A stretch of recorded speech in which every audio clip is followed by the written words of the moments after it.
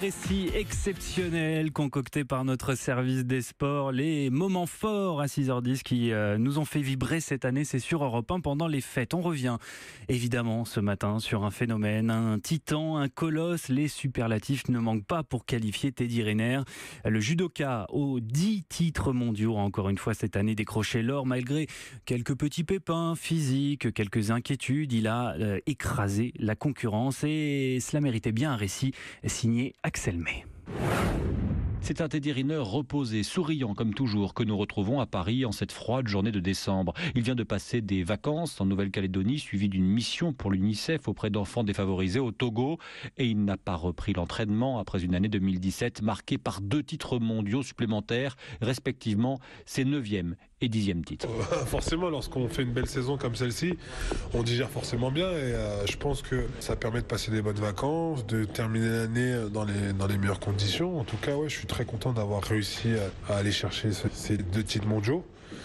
Pour moi, pour ma famille, pour mon staff, c'est un objectif de carrière, même si ma carrière n'est pas finie et j'espère en gagner plein d'autres, avec bien sûr des titres olympiques dedans. Ça faisait plaisir de le réussir aussitôt. Il y a d'abord eu, tout début septembre, un nouveau titre chez les plus de 100 kilos aux mondiaux de Budapest, sous les vivas de son clan, de sa famille, de ses proches qui l'accompagnent sur chaque grande compétition. La performance est d'autant plus remarquable que Riner n'avait plus disputé le moindre combat en compétition depuis les Jeux de Rio.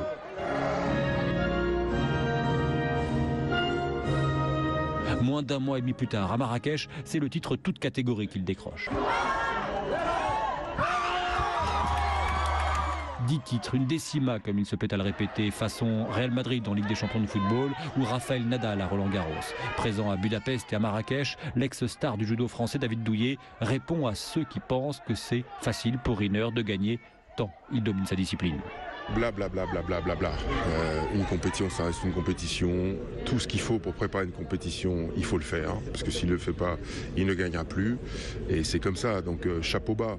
Ça demande énormément de sacrifices, énormément de travail. C'est exceptionnel. Chaque titre est exceptionnel. Et Teddy, dans sa carrière, il est exceptionnel. Il est hors norme. Et tant mieux. Teddy Riner a prévu lui de reprendre tranquillement l'entraînement courant janvier. Il ne combattra pas au tournoi de Paris-Bercy en février. Il se projette bien plus loin vers les Jeux de 2020. Ce sera au Japon, le pays du judo. En attendant, pourquoi pas, d'être là à Paris en 2024.